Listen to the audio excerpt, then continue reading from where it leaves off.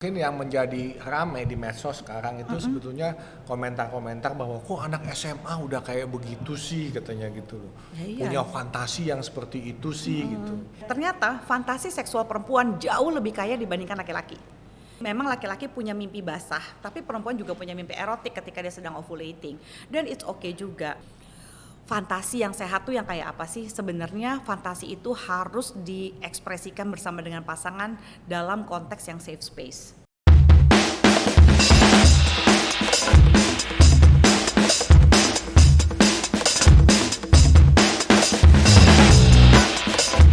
Waktunya ngobrol beda. Bincang bareng Dr. Darmawan, membahas isu terkini dengan lebih dalam. Halo Sobat Beda, balik lagi.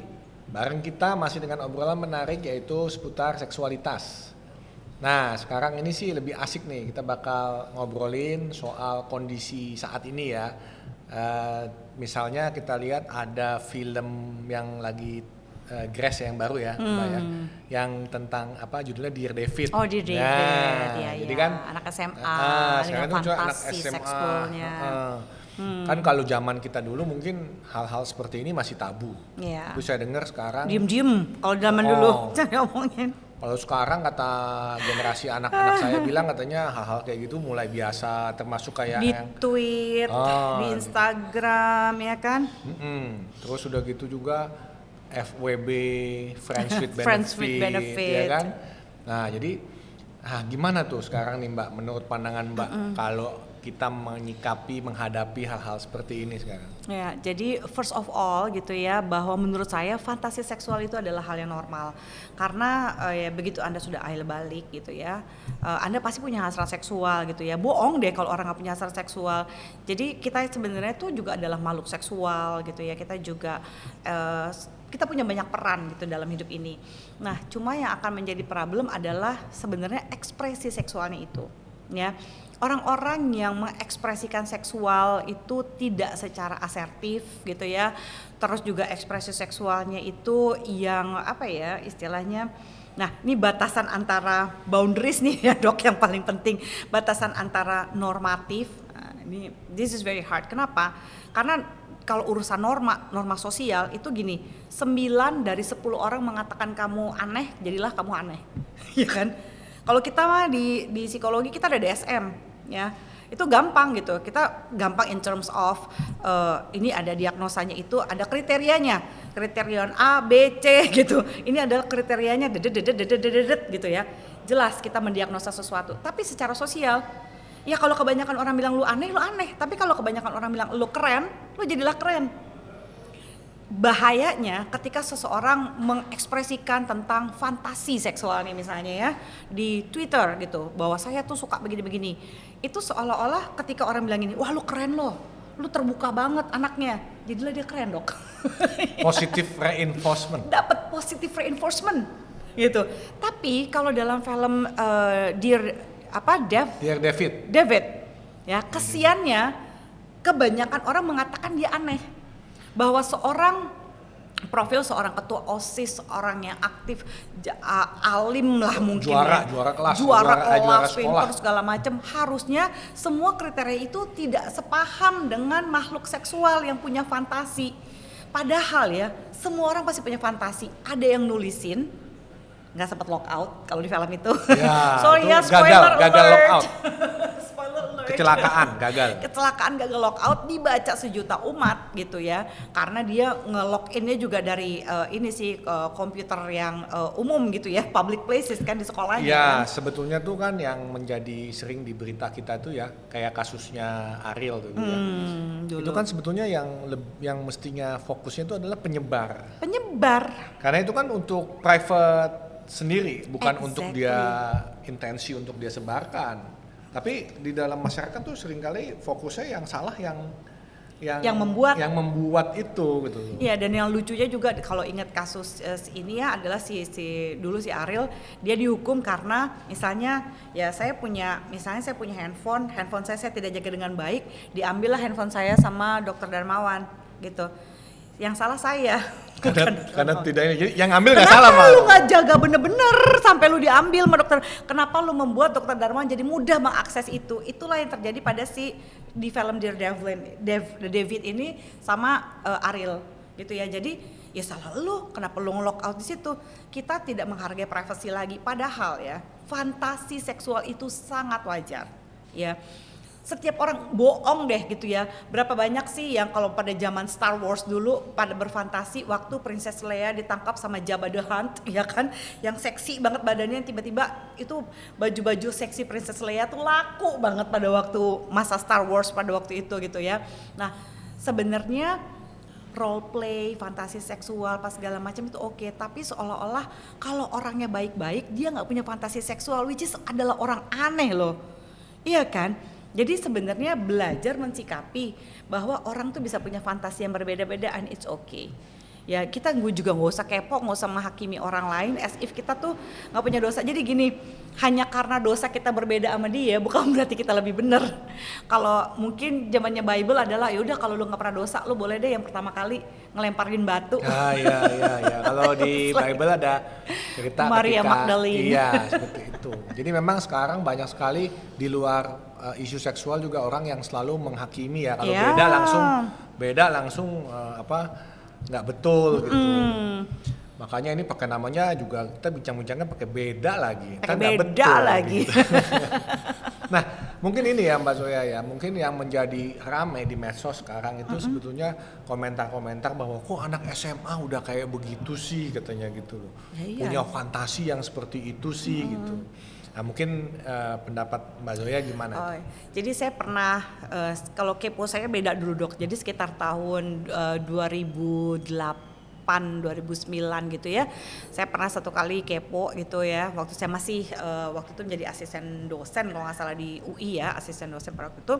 Saya pengen tahu nih tentang fantasi seksual dok. Jadi saya meneliti lah semua siswa-siswi yang pada waktu itu saya itu kan waktu saya ngajar gitu ya, mulai dari kelas ekstensi, reguler, internasional, semuanya saya research. Jadi di situ saya minta mereka itu untuk menggambarkan fantasi seksual mereka gitu ya. Terus saya bagi ternyata dari usia berapapun ini kebetulan cukup variatif nih si perempuan dan laki-lakinya. Jadi dari 30-an hampir 300-an pada waktu itu dok yang ikut research ini. Jadi mereka kasih fantasi seksual mereka, kasih umur mereka, tokoh mereka siapa-siapa gitu. Misalnya tokohnya adalah teman paling populer di kampus atau misalnya orang yang ditemuin di luar kampus gitu ya. Terus saya bagi dok, ya ternyata fantasi seksual perempuan jauh lebih kaya dibandingkan laki-laki. Jadi laki-laki itu berfantasi kalau dia udah pernah ketemu langsung, misalnya pada zaman saya gitu ya, wah Sofia lah coba tuh keren banget, udah pernah ketemu terus seksi gitu ya. Tapi kalau dia belum pernah bertemu langsung gitu ya, meskipun dia misalnya ngelihat dari porn, dari apa, tapi dia relatif lebih turn on pada orang-orang yang dia sudah pernah lihat secara langsung. Nah sementara si perempuan itu bisa berfantasi dari mana, siapa, bisa ada Brad Pitt lah, ntar ada ketemu Dian Sastro lah, di Danau UI lah, apalah segala macam. Itu mereka bisa sangat-sangat variatif dan mereka itu bisa bener-bener ini ya, turn on. Only with fantasy. Makanya saya baru ngerti kenapa novel-novel erotis itu lebih laku. Ya, karena dia lebih bisa berfantasi gitu ya. sendiri. Saya jadi ngerti kenapa waktu SMP saya demen Annie Arau karena saya bisa ngebayangin dibandingkan filmnya. Jadi itu alasannya kenapa ngambil psikoseksual.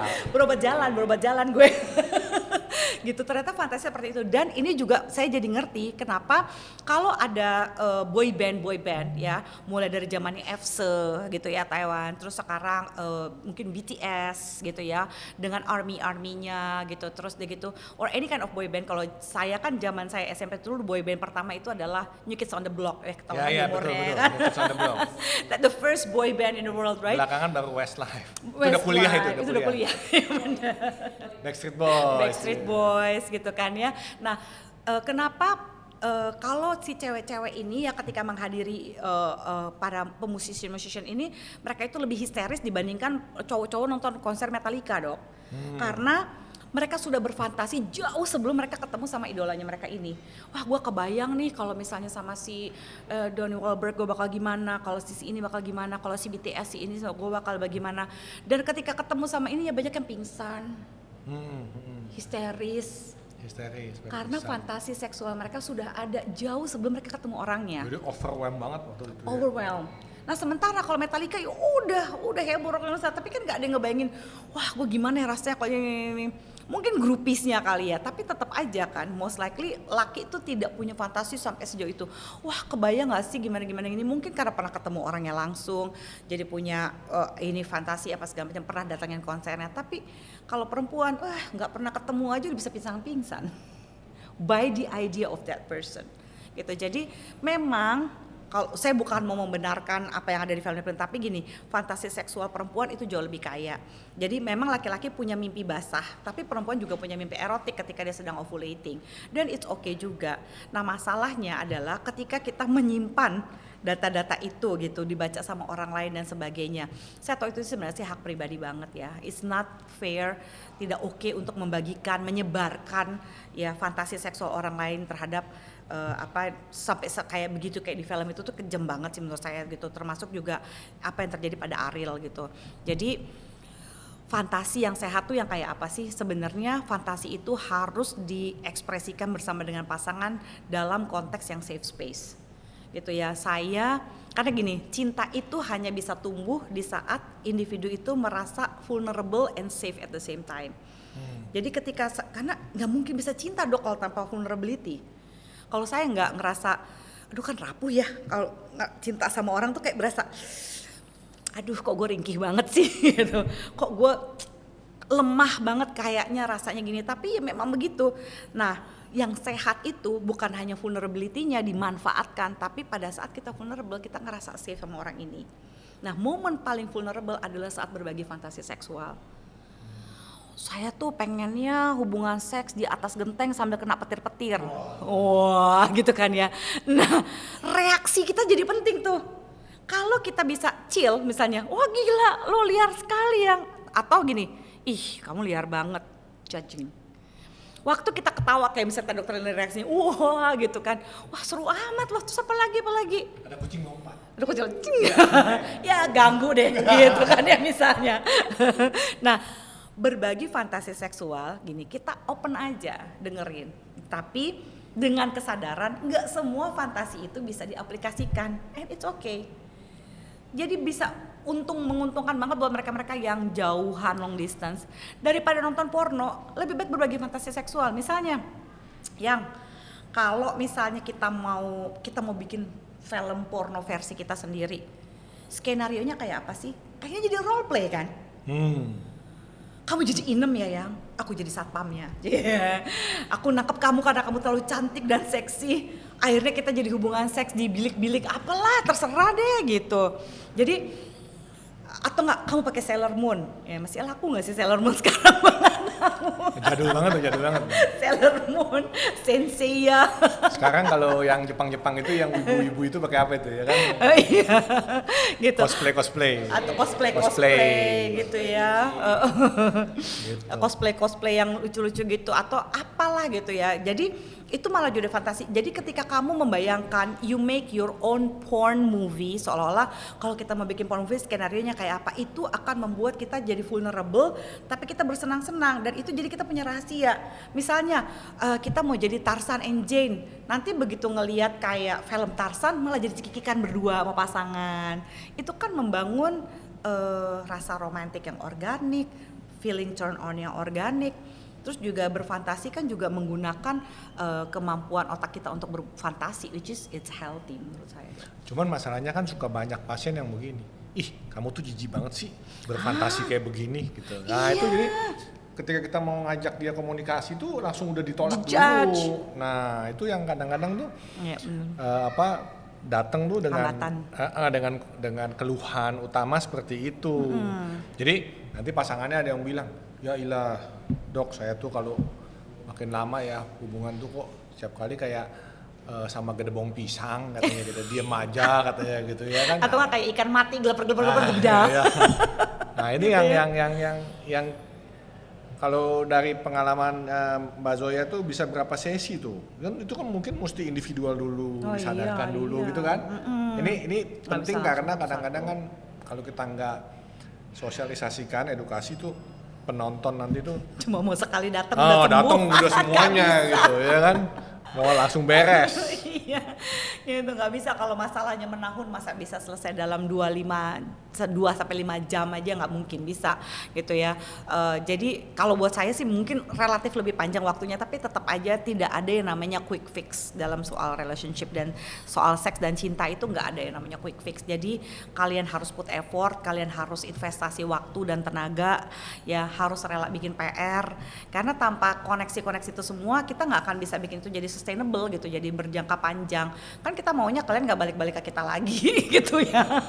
Kalau nggak, aduh kayaknya Kita yang stres itu, kok nggak sehat-sehat kok ya? nggak berhasil gitu, gemes gitu ya. Jadi itu benar-benar butuh komitmen juga gitu. Jadi nggak ada yang namanya quick fix. Tapi yang paling penting ketika mau datang berkonsultasi untuk saya pengen punya kehidupan seks yang lebih oke, please be open minded, ya kan. Jangan menghakimi pasangan. Itu aja sih sebenarnya. Jadi jangan kayak ih gitu ya. Kalau itu beda, kalau itu tidak terdengar religius gitu ya, atau itu tidak terdengar kayak baik-baik aja, dengerin aja dulu sih.